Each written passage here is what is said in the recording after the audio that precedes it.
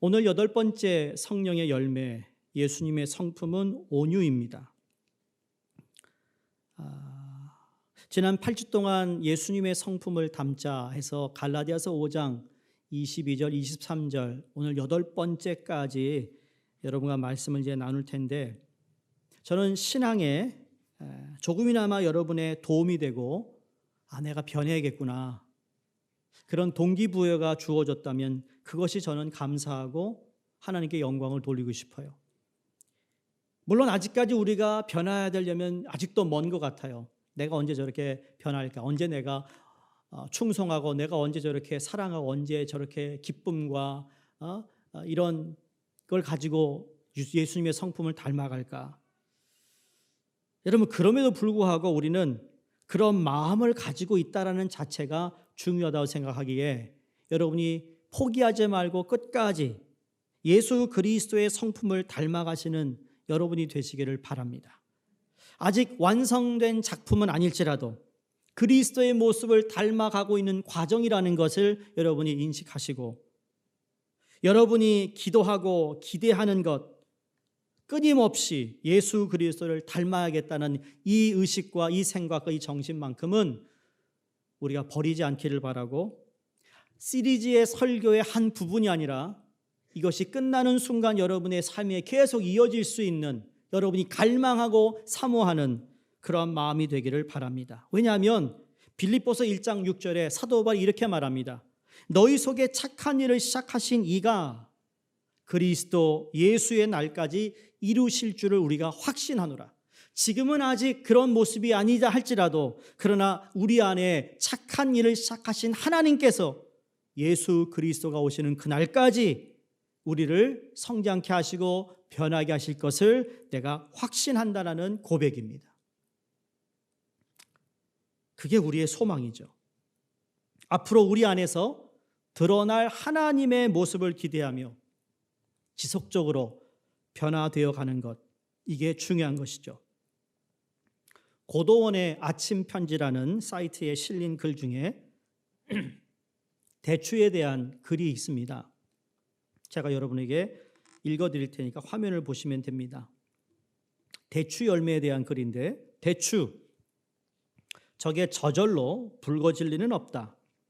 저 안에 태풍 몇 개, 저 안에 천둥 몇 개, 저 안에 번개 몇 개가 들어서서 붉게 익히게 하는 것일 것이다. 대추, 저게 혼자 둥그러질 리는 없다. 저 안에 무설이 내린 몇 밤, 저 안에 땡볕 한 달, 저 안에 초승달 몇 날이 들어서서 둥글게 만드는 것일 게다. 그렇죠. 열매는 뜨거운 태양빛을 받아야 합니다. 통과해야 됩니다. 그 열매는 무서운 밤, 거센 바람과 찬바람도 통과하게 될 때 열매는 맺혀집니다. 성숙함의 성품도 역시 마찬가지라고 생각합니다. 우리 신앙의 성숙의 이 성품은 하루아침에 만들어지는 것이 아니라는 거죠. 오늘 하나님은 여러분과 저를 만들어가고 계세요. 하나님께서 만들어 가시는 작품을 보면서 우리는 아직 미완성인 작품임에도 불구하고 나뿐만 아니라 상대방의 가능성을 보고 감사하며 하나님께 영광 돌릴 수 있기를 바랍니다. 하나님이 나를 만들어가고 있다면 하나님은 저 상대방도 만들어가고 있죠. 저 상대방이 내 마음에 들지 않고 내 기준에 미달이라 할지라도 그 안에 역사하고 계시는 하나님의 가능성을 볼 수 있다면 우리는 하나님께 기다리며 감사하며 기다려줄 수 있다는 겁니다. 상대방의 완전하지 않음에 너무 크게 고민하지 않아도 될 이유는 여전히 공사 중이라는 겁니다. 무슨 중이요? 공사 중. 안타까운 건 이 공사가 너무 오래 간다는 거죠. 이게 언제 끝나려나. 우리 옆에 있는 자우람을 보시면서 공사 중이구나 한번 그러세요. 아유, 공사 중이구나. 한 10년 동안 공사했네. 앞으로 몇 년 더 갈까? 모르겠어요. 근데 공사 중이에요. 공사 중. 손 들지 마시고, 나는 정말 공사가 오래 가고 있습니다. 공사가 참 오래 가는데 언제 끝날지 모르겠습니다. 다 그래요, 여러분. 다 우리 모두는 다 그렇다고요. 여기 서 있는 이 목사 똑같아요. 공사 중이에요. 아직도 부족하게 많아요. 말씀을 가지고 설교를 할 때마다 제가 너무 부끄러울 때가 많아요. 내가 어떻게 이런 말씀을 전할 수 있을까 할 정도로. 그냥 우리 모두가 하나님의 은혜 가운데 지금 하나님의 작품으로 만들어가고 있는 과정이고 공사 중이구나라는 것을 잊지 마시기를 바랍니다. 그렇다고 해서 공사 중이야? 그냥 무책임하게 무책임하게 얘기하라는 말이 아니라 그 공사 중이다라는 말 가운데 나 자신을 돌아보고 성찰하며 또 주어진 기회를 놓치지 않는 저희가 되기를 바라는 겁니다. 왜냐하면 하나님께서 내 안에서 시작하신 그 열매는 분명히 내 안에서 자랄 것이고 풍성함으로 말미암아 내 주변에 있는 이웃 식구들, 내 가족들을 축복하고 나라와 민족을 축복하며 살아가는 여러분이 될 수 있기에 하나님은 거기까지 우리를 기대하고 계시다고 전 믿어요.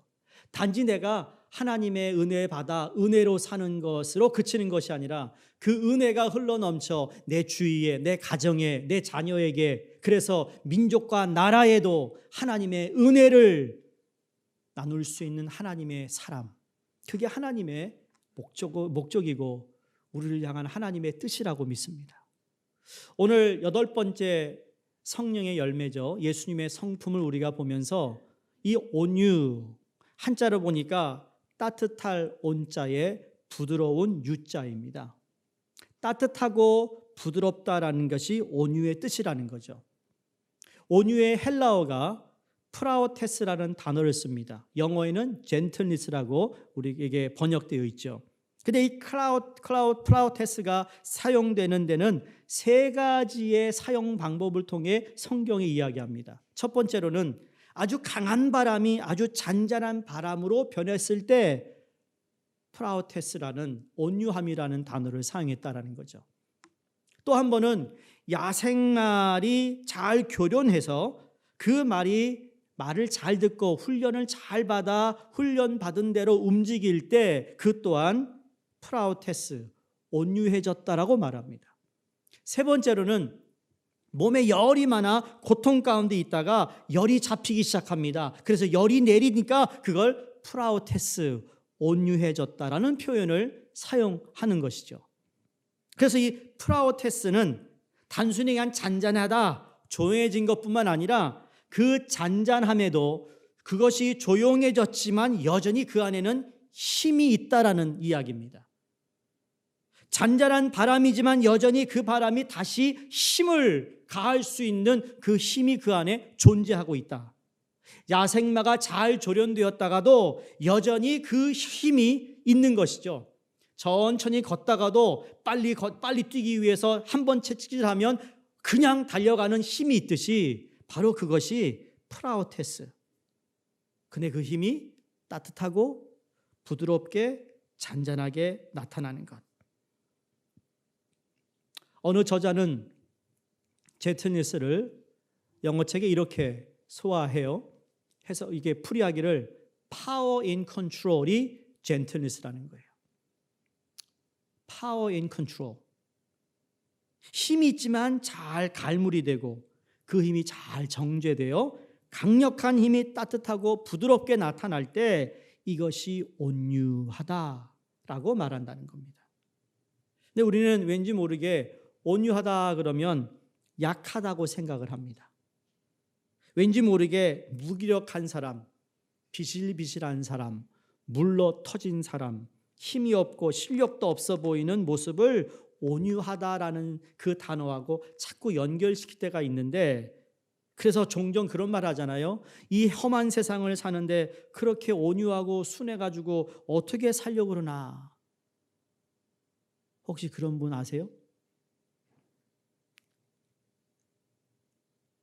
야, 참 이거 너무 보면 밀치고 끌리고 밟힐까 하는 염려와 위험이 우리 가운데 있다라는 거죠. 근데 오늘 성경 말씀을 보면 진정한 의미에서 성령의 열매인 온유함은 힘이 없어 밟히는 연약함을 말하고 있지 않다라는 겁니다. 강력한 힘을 가지고 있지만 여전히 부드럽고 따뜻하게 나올 수 있는 것, 그 힘을 함부로 사용하지 않습니다. 막 휘두르지 않습니다. 중심이 잡혀 있습니다. 당당하고 유연하면서도 과도되고 무리되지 않는 그 진정한 온유의 모습을 오늘 말씀하고 있습니다. 여러분, 예수 그리스도가 온유하시다 그랬는데 여러분, 그 온유하신 예수님이 약하셨습니까? 온유하신 예수님이 중심이 없었습니까? 온유하신 예수님이 그냥 물러 터졌던 분입니까? 때리면 맞고 침 뱉으면 그냥 침 맞고, 여러분 그렇게 보였기 때문에 예수님이 힘이 없었을까요? 사단도 알았어요. 야, 너 천군 천사를 불러 땅에 떨어지게 너를 딱 받쳐주지가 아니야? 사단도 알았다고요. 예수님이 가지고 있던 힘이 얼마나 강한 힘인지. 예수님은 그 힘을 막 휘두르지 않으셨어요.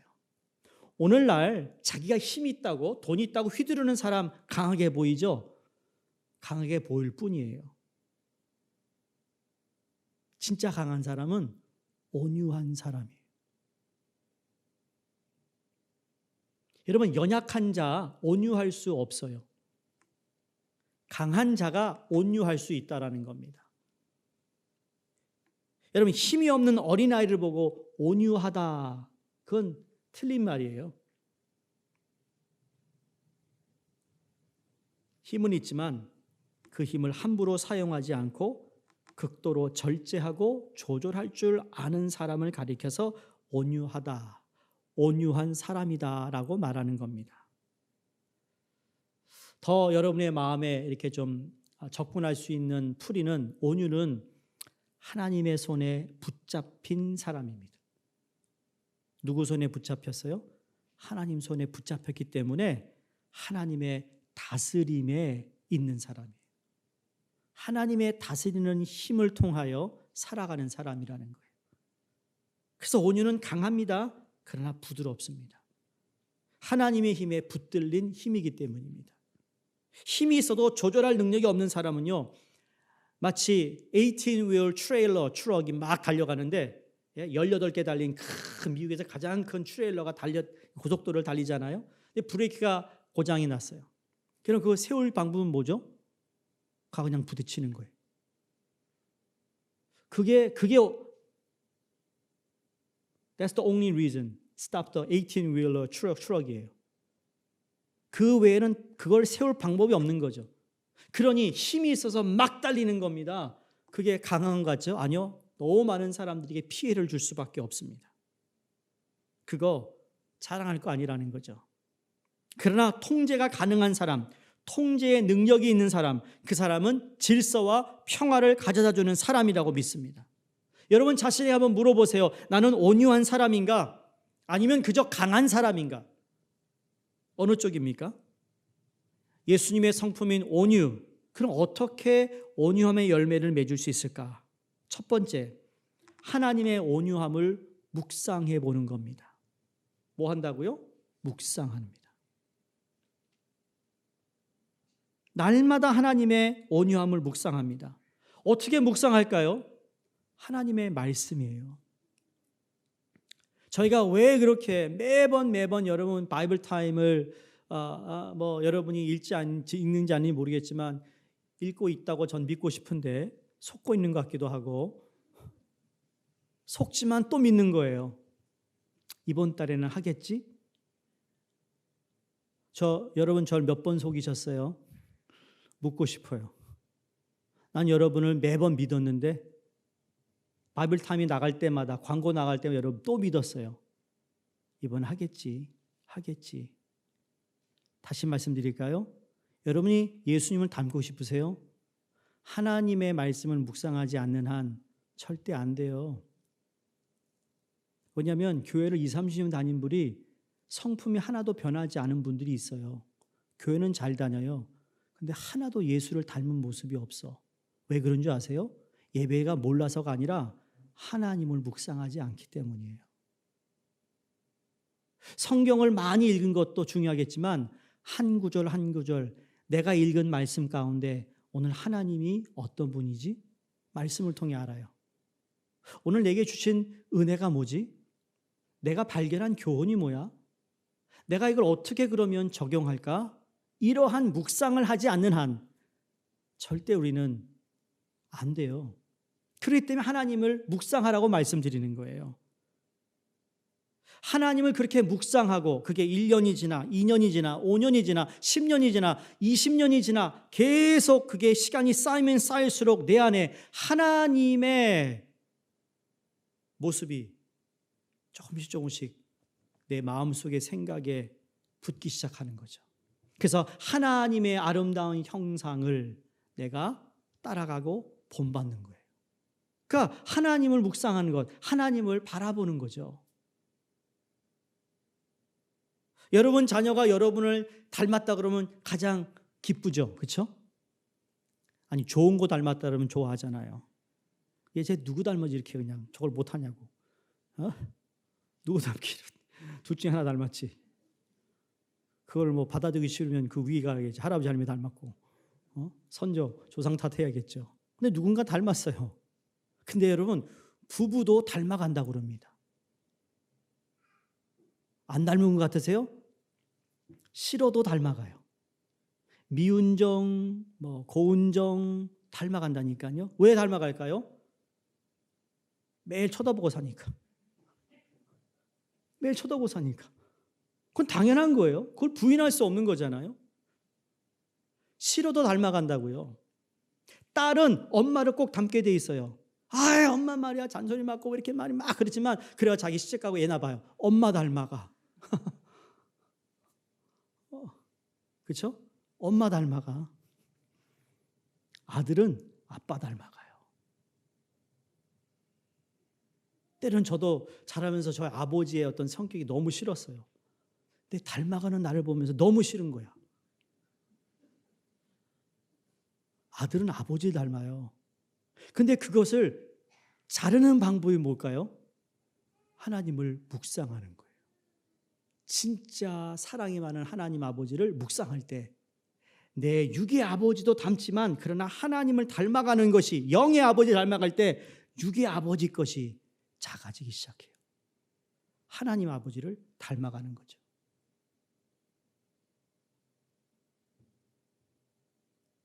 때로는 그래요. 참 저건 안 닮았으면 좋겠는데 닮아가는 아들을 보면서 그러니까 아버지가 잘해야 되는 거죠. 어머니가 잘해야 되는 거예요. 왜? 쳐다보기 때문에 닮아가는 거예요. 그런데 하나님을 바라볼 때 사도 바울이 에베소서 3장 17절에 새 번역 성경에 이렇게 얘기합니다. 믿음으로 말미암아 그리스도를 여러분의 마음속에 머물러 계시게 하여. 참 너무 좋잖아요. 내 마음속에 그분을 머물게 하라. 머물게 하라. 영어로 remain이라고 썼어요. 그 안에 영어 다른 영어 abide라고 했어요. 그 안에 머무는 거예요. 이것이 성령의 열매고 하나님만이 주실 수 있는 성품이라는 겁니다. 그렇기 때문에 하나님께 가까이 가는 것입니다. 하나님께 붙어 있는 겁니다. 살아있기 때문에 우리가 숨을 쉬는 것이잖아요. 그렇죠? 숨을 쉬려고 애쓰는 분 계세요 지금? 자고 일어났어. 숨 쉬고 있나? 그런 사람 없어요. 그냥 하나님께 주신 것에 머물기 때문에 자연스럽게 숨을 쉬고 있잖아요. 지금 마스크 쓰니까 조금 힘들긴 하지만 숨을 쉬기 위해 쓰는 사람 없습니다. 단지 하나님 안에 있으면 하나님을 자동으로 닮아가게 돼 있는 겁니다. 그러니까 너무 어려운 게 아니에요. 내가 이렇게 교회를 다녀도 왜 이렇게 변화가 없을까? 여러분이 더 잘 알아요. 하나님 안에 거하는 것을 지금 잘 못하고 있다는 거죠. 미안하지만. 하나님의 말씀을 가까이 하지 못하기 때문에 내가 이렇게 안 변하는 거예요. 우리 군사반 12기 또 자꾸 얘기해서 죄송한데 여러분 저는 모든 기술을 다 사랑합니다. 그러니까 무슨 12기를 너무 저렇게 그러지 마시고 나 11기도 사랑하고 10기도 사랑하고 다 사랑해요. 특히 1, 2기는 내가 빚졌어. 1, 2기는 내가 정말 한번 밥을 잘 사야 돼요. 왜냐하면 저분들은 처음 제가 훈련반 했기 때문에 아무런 혜택이 없어. 저분은 간식도 못 먹었어. 막 간식 먹고 우리가 막 먹는다 그러자 그러면 아니 저 미쳤나 지금 뭐야 지금 훈련 받는데 우리는 그런 것도 없었어. 맞아 없었어. 정말 미안해요. 정말 미안해. 미안해. 그것도 10시에 안 끝나. 막 11시까지 끝날 때도 있어요. 10시 끝난 말이야. 제가 이제 다 기도 제목 나누고 찬양 막 하고 뜨겁게 기도하고 그랬어요. 그래가지고 정말 미안해. 눈 오는 날 파킹장에서 완전 푸시업하고 지나가는 사람들이 보고 저 뭐 하는 짓이야. 그랬어요. 다 사랑해. 아멘? 아니, 안 믿어요, 날? 다 사랑해요. 근데 12기는 줌으로 하는 훈련반을 제가 처음 하잖아요, 줌으로. 나는 의심했거든요. 이 줌으로 이게 훈련이 될까? 그런데 줌으로 하는데도 정말 진지한 거예요. 근데 제가 말씀드리고 싶은 것은 왜 이렇게 제가 말씀이냐면 저가 1:1 대면이 안 되는데도 불구하고 주신 말씀을 참 가능한 한 정말 자기가 아는 분야에서 최선을 다해 하나님 말씀을 읽고 묵상하는 내용들을 보면서 그 내용보다도 더 중요한 건 이 한 분 한 분이 변화되는 걸 보는 거예요. 제가 1:1로 만나서 자꾸 대면하고 대면 수업했으면 그래도 뭐 제 영향력이 있다겠지만 이건 전혀 그게 안 되는 거예요. 어떻게 공감대가 이루어질지 모르는데 그래도 불구하고 하나님은 여전히 살아계신 말씀으로 사람을 변화시키더라는 거예요. 여러분 알코올 중독자가 술 끊었어. 지난주에는 산당을 제거했대. 할렐루야. 산당을 제거한 것을 내가 가자고 그랬어. 가서 우리 함께 기뻐하고 찬양하자고 그랬다니까요. 그러니까 쑥스러워가지고 진짜요? 하겠다니까. 한국에서 한다면 한다는 거 모르나? 갈 거예요. 준비되면. 하나님은 너무너무 위대하세요. 하나님께 가까이 가려고. 여러분 그렇다고 해서 그분의 삶의 문제가 다 해결된 거 아닙니다. 여전히 문제거리 있습니다. 그러나 하나님을 바라보고 가는 그 모습에서 하나님이 은혜를 베푸시는 것을 보게 되는 거예요. 하나님을 묵상하니까 아니 정말 모태신앙인데 그 못된 신앙을 가지고 있던 사람이 말이죠. 없으니까 얘기해야지. 그런데 변화되는데 이렇게 변화될 수 있을까? 저도 놀라는 거예요. 매일 저녁 기도해. 매일 기도. 사랑은 고린도전서 13장에 이렇게 선구가 적혀져 있는데 자기가 너무너무 이 유혹이 올 때는 그걸 막 읽는데요. 집에 있는. 쳐다보는 거죠. 바라보는 거. 하나님의 은혜를 안 줄 수가 없겠죠. 이게 하나님 안에 거할 때 허락하시는 놀라운 하나님의 은혜요. 거기 앉아있는 우리 모두에게 너무너무 큰 힘과 위로와 격려가 되는 거예요. 두 번째, 하나님께 맡기고 기도하는 겁니다. 오늘 민수기 12장 3절에 보시면 모세는 온유함이 지면의 모든 사람보다 더하더라 그랬습니다. 지구상에 사는 사람들 중에서 가장 온유하다라고 평가를 받은 사람이 모세입니다. 근데 모세가 천성적으로 온유했느냐? 그렇지 않습니다. 아시잖아요. 우리가 출애굽기를 보면 모세가 감정을 다스리지 못했던 사람이에요. 성질이 그리 좋았던 사람이 아니라고요. 아나무인하고 독불장군 같고 거기다가는 또 왕자병까지 있어요. 그래가지고 자기가 원하지 않는 일이 일어날 때 그만 애굽 사람을 돌로 쳐 죽이고는 성질이 급하니까 후닥닥 도망가 버렸어요.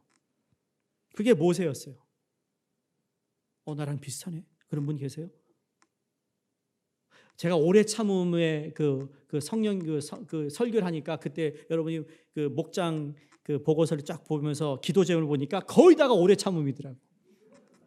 그냥 그랬죠. 역시 한국 사람이다. 한국 사람이 가장 안 되는 게 오래 참음. 그렇죠? 인정하시죠? 네. 그러나 이것도 하나님 안에 거하면 참을성, 인내를 허락하신다고 믿습니다. 자, 어쨌든 광야에서 40년간 모세가 이드로의 양을 치면서 노련한 조련사가 되기까지 하나님께서 그를 만지시고 다듬어 주시고 역사하셨어요. 그 이후로 그가 얼마나 놀랍게 성숙되었는지 모세가 부드럽고 온유한 모습을 가지게 되었다고 성경이 말하는데, 모든 지면의 사람들보다 온유함이 더하더라. 그 외에도 온유한 사람이 있었지만 모세를 쫓아갈 사람이 없었다고 성경이 기록하고 있습니다. 자, 그러면 하나님이 왜 오늘 민수기 12장 3절에 이 말씀을 하셨는가라는 배경을 보면 이런 겁니다. 모세 아내가 십보라로서 아내가 세상을 떠났습니다. 그리고 모세가 다시 재혼을 합니다. 그리고 재혼을 하는데 구스 여인과 재혼을 하는 겁니다. 이 구스는 오늘의 에티오피아를 이야기합니다. 그러니까 에티오피아 여인과 이방인 여인과 결혼을 한 거예요. 이걸 가지고 그 형제인 미리암과 아론이 불만을 표현합니다. 그러면서 민수기 12장 1절에 보시면 모세를 비방했다라고 적혀져 있어요. 그렇게 모세를 비방했는데 이 비방이 그냥 단어의 비방이 아니라 정말 많은 나쁜 말을 쏟아 부었던 것 같아요. 근데 모세가 뭐라고 대답하는가 하면, 나 기도했거든. 나도 이것 때문에 기도했어. 재혼해야 되나 말아야 되나, 어떻게 해야 되나 기도했다니까. 근데 하나님의 확실한 뜻이 내게 있었어. 그래서 내가 결혼했거든. 그랬더니 형제들이 분을 내면서 민수기 12장 2절의 말씀을 보세요. 여호와께서 모세와만 말씀하셨느냐, 우리와도 말씀하지 아니하셨느냐 하며 여호와께서 이 말을 들으셨더라. 너만 영적인 사람이냐, 하나님이 너에게만 말씀하시냐라는 말을 하면서 막 공격을 했던 겁니다. 근데 누가 들었어요? 하나님이. 누가 들었다고요? 하나님이. 여러분, 하나님은 다 듣고 계세요.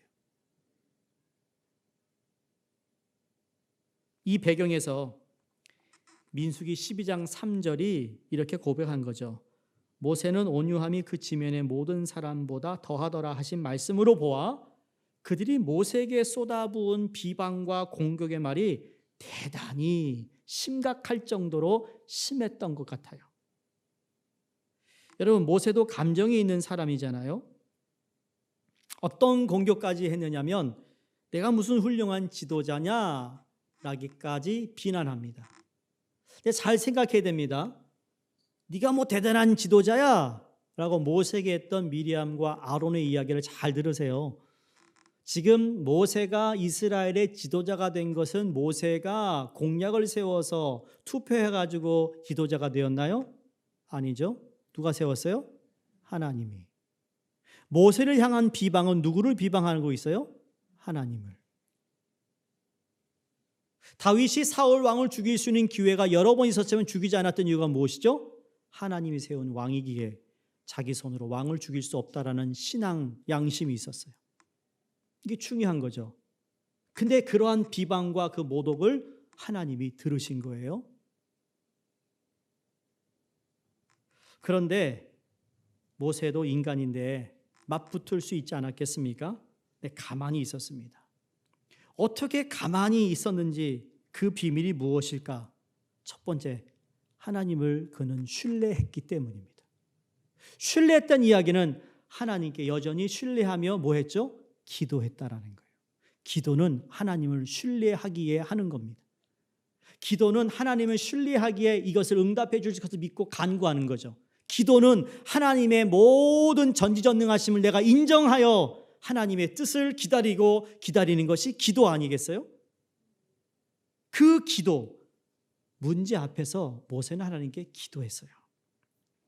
무슨 기도했는지 나와 있지 않지만 아마 이런 기도했을 거예요. 하나님, 마음이 아픕니다. 하나님 아시지 않아요? 하나님 아시죠? 마치 여러분이 정말 하나님께 나와 마음이 너무 안타깝고 너무 답답해가지고 기도에 말은 안 나오고 주여, 주여 아침에 주의 이름만 부르는 그 기도와 아마 같았을 거라는 생각도 해봅니다. 하나님 아시죠? 여러분, 사람들과 대화가 안 될 때 있잖아요. 내가 아무리 이렇지 않다고 설명을 해보고자 해도 안 받아줄 때가 있어요. 문을 딱 닫아놓고는 그냥 반응을 하지 않는 사람들이 있을 수 있어요. 그때 그때 내가 할 수 있는 일이 무엇이겠습니까? 기도하는 것이라고 믿습니다. 하나님께 맡기고 기도하는 것이죠. 내가 그것을 설명하고 해명하고 그것을 왜 이게 이렇다라고 자초지종을 얘기하면 얘기할수록 더 복잡해지는 게 우리의 말인데, 그 말을 하지 않고 하나님께 기도하며 하나님 앞에서 내 이 아픈 마음을 하나님께 드릴 때 하나님 그걸 들으시는 거죠.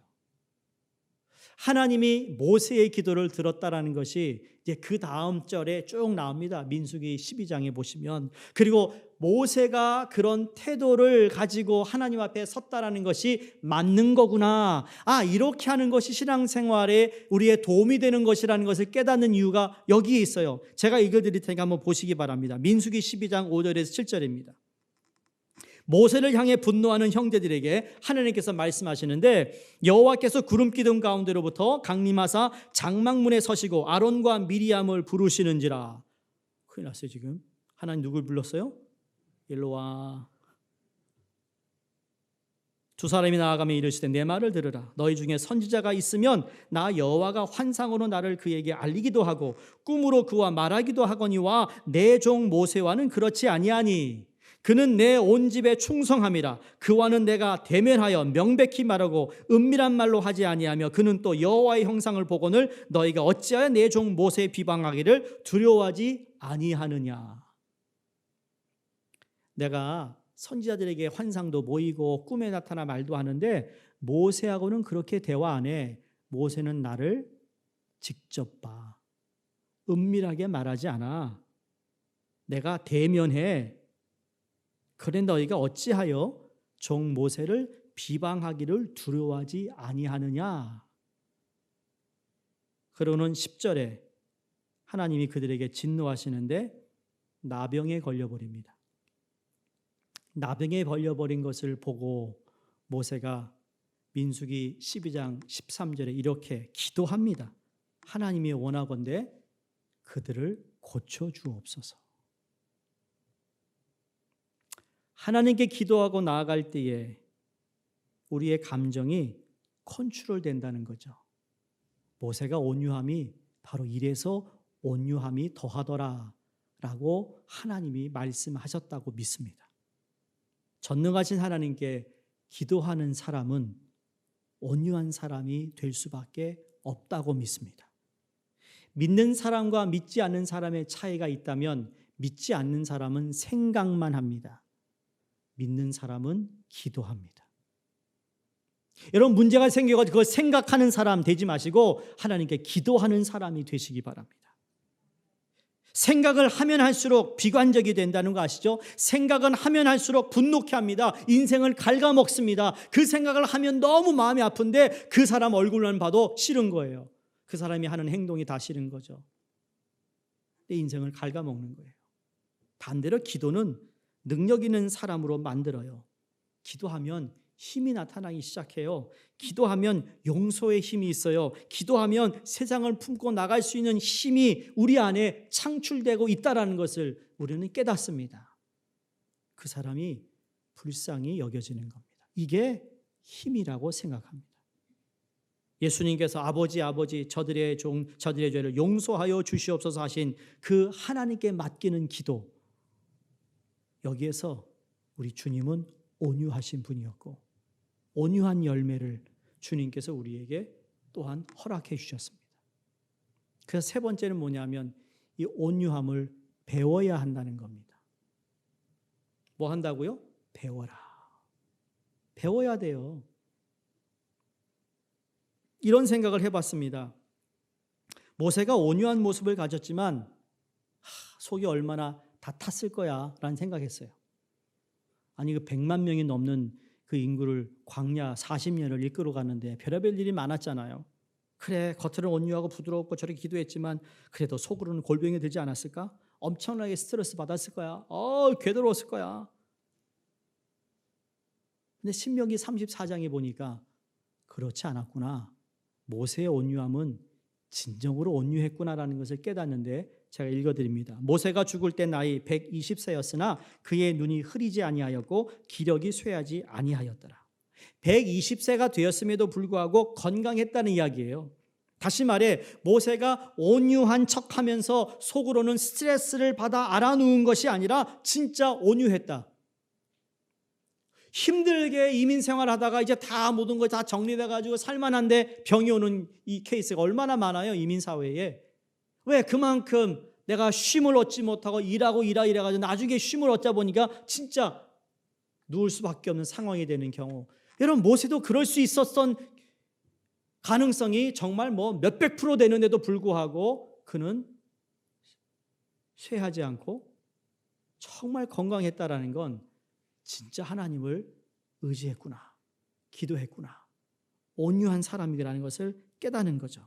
예수님이 그래서 마태복음 11장 29절에 나는 마음이 온유하고 겸손하니 나의 멍에를 메고 내게 배우라 그리하면 너희 마음이 쉼을 얻으리니 말씀합니다. 우리가 쉬지 못하는 이유가 무엇일까요, 여러분? 생각해 보셨나요? 내가 왜 이렇게 쉼이 없을까? 왜 내게 안식이 없을까? 다시 말해서 우리가 스트레스를 받고 열받고 힘들어하는 이유가 일을 더 많이 하지 못해서입니까? 그렇지 않습니다. 마음 가운데 온유함이 없기 때문이라고 성경이 말씀하고 있어요. 그래서 주님이 온유하니 내게 와서 배우라 그리하면 너희가 쉼을 얻으리라. 여기 쉼은 안식인 거예요. 주님께서 오늘도 똑같이 말씀하세요. 내게서 배워라. 아멘이세요? 배우라고요. 다시 말해 배우면 된다는 이야기예요. 주님이 유일하게 내게서 이거 배우라 하신 말씀이 거의 없는데 이것만큼은 배우라, 배우면 된다는 것을 말씀하고 있습니다. 그러니까 핑계댈 게 없다라는 거죠. 배우면 될 것을 안 배우기 때문에 안 된다는 거죠. 여러분, 온유한 사람 되고 싶잖아요. 그렇죠? 이왕이면 사람들에게 강하지만 힘이 있지만 그 힘을 잘 우리가 컨트롤할 수 있는, 그러나 부드럽고 유한 사람 얼마나 좋아요. 그런 사람이 되기 위해서 주님이 내게서 배우라. 목사님 난 남자 중에 남자, 사나이, 무슨 온유, 그런 핑계 대지 마세요. 왜? 여기는 남녀노소 할 거 없이 배우기로 마음을 정하면 배울 수 있는 것이에요. 예수님 마태복음 5장 5절에 팔복 중에 온유한 자는 복이 있나니 그들이 땅을 기업으로 받을 것이며. 무엇을 기업으로 받는다고요? 땅. 우리 한국 사람 땅 좋아하잖아요. 땅. 응? 땅. 땅값 언제 오르나. 근데 하나님이 그 땅을 의미하는지 한번 잘 들어보세요. 땅도 주시죠. 땅도 주시는데 여기에서 땅은 그런 땅이 아니에요. 땅을 기업으로 받는다라는 것은 땅을 다스리게 된다는 거예요. 그게 창세기 1장 2장에 나온 말씀이죠. 아담과 하와를 지으시고 정복하고 풍성하고 번성하고 다스리라. 그 땅을 기업으로 주셨어요. 다스리는 자가 되라는 거죠. 그 땅을 다스린다는 것은 모든 것을 다스리는 거예요. 그 땅은 땅에 있는 사람들을 말하는 거죠. 세상을 움직이는 힘이란 여러분 사람을 움직이는 것인데 이것이 바로 땅을 받는 자들의 모습이에요. 누가? 온유한 자가. 이것이 하나님의 축복의 말씀이에요. 온유한 자가 마음을 움직여요. 온유한 자가 마음을 열게 해요. 온유한 자가 신뢰를 받아요. 온유한 자가 사람의 마음을 통하게 해요. 그래서 여기 떠오르는 한 단어가 있다면 이러한 온유한 자가 땅의 기업을 받는다, 다스림을 받는다, 아니면 사람을 다스린다. 이 말은 선한 영향력이에요. 인플루언스라는 거죠. 온유한 자는 영향력이 있는데 소리 지르고 화내고 고집부리고 함부로 하는 것이 움직이는 것처럼 보이지만 세상을 움직이는 것은 사람을 움직이는 힘, 마음을 열게 하는 것, 하나님이 축복하시는 온유함인 줄로 믿습니다. 여러분, 이 온유함이 여러분의 가정에서도 그대로 적용될 수 있고 여러분의 직장에서도 적용될 수 있고요. 여러분의 목장에서나 아니면 뭐 전도회에서나 교회 어디서나 이건 그대로 적용될 수 있는 거예요. 그 어떤 열매보다도 우리는 배워서 답습할 수 있는 거라는 거죠. 무엇이? 온유함이. 말씀을 마치면 여러분 3가지 적용을 여러분에게 부탁을 합니다. 첫 번째 적응은 온유한 반응입니다. 내가 어떻게 반응하느냐가 중요합니다. 화가 나고 분노가 나고 감정이 상할 때 어떻게 반응할 건가? 예? 시온폭탄 같은 분들 쥐레를 밟는 것 같이 예? 확 터지고 나서 난 뒤끝이 없는 사람이야. 이미 피 흘리고 누워서 지금 터져가지고 근데 뭐 뒤끝이 없다고? 이미 끝났어 게임. 그거 아주 그 무책임한 말입니다. 그렇죠? 아, 난 뒤끝이 없어요. 뒤끝이 없기는 그 말 있으니까 그 말 하지. 이게 처음이 아니야 또. 그런 사람들 특히 우리 온유한 반응을 갖기를 바랍니다. 두 번째로 온유의 태도입니다. 그건 내 고집을 세우거나 내 힘을 과시하지 않는 거예요. 이해해주고 배려해주고 양보해주고 존중해주는 겁니다. 꼭 기억하세요. 과시하지 않습니다. 이해해줍니다. 배려하고 양보합니다. 존중해주는 겁니다. 마지막으로 온유의 언어입니다. 잠언서 15장 1절에 유순한 대답은 분노를 쉬게 하여도 과격한 말은 노를 격동하느니라. 유순한 이 말이 젠틀이에요. 젠틀인데 우리말에 목소리 큰 사람이 이긴다. 이런 그건 성경적이지 않습니다. 세상에선 이겨요. 성경에서는 목소리 큰 사람이 이긴다는 말씀은 없습니다. 그런데 목소리가 커지면 커질수록 나는 더 적게 말하는 거예요. 여러분 안녕하세요. 들리세요? 들리세요? 그렇죠? 그 더 들으려고 조용해지는 거죠. 저쪽 소리가 높으면 높을수록 난 더 소리를 낮추는 겁니다. 유순한 언어, 온유한 말. 그래서 잠언서 25장 15절에 오래 참으면 관원도 설득할 수 있나니 부드러운 혀는 뼈를 꺾느니라. 우리 사랑하는 성도님들, 온유함의 열매를 꼭 맺는 저와 여러분이 되기를 주의 이름으로 축복합니다. 이왕 온유한 사람이 되어 이 땅의 기업을 축복으로 받는, 그래서 그 축복을 통해 더 많은 사람들에게 예수 그리스도의 빛과 소금, 아름다운 열매가 우리 가운데 맺어지기를 주의 이름으로 축원합니다. 기도하겠습니다.